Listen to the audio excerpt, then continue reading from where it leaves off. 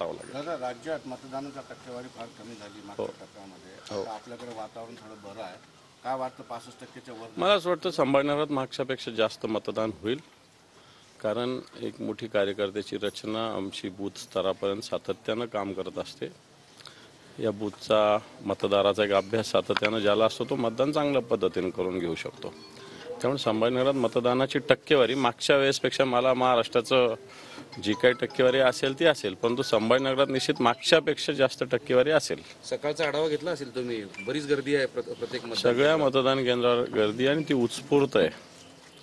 म्हणजे असं कोणाला मतदाराला चला दादा चला मामा चला काका चला काही नाही, बिलकुल स्वतःच्या इच्छेनं मतदान केंद्रावर अतिशय पवित्र मस्त आनंदामध्ये लोक उभे आहेत. उत्स्फूर्त गर्दी काय सांगते? 4 तारखेला कळेल. बहुत बहुत शुक्रिया.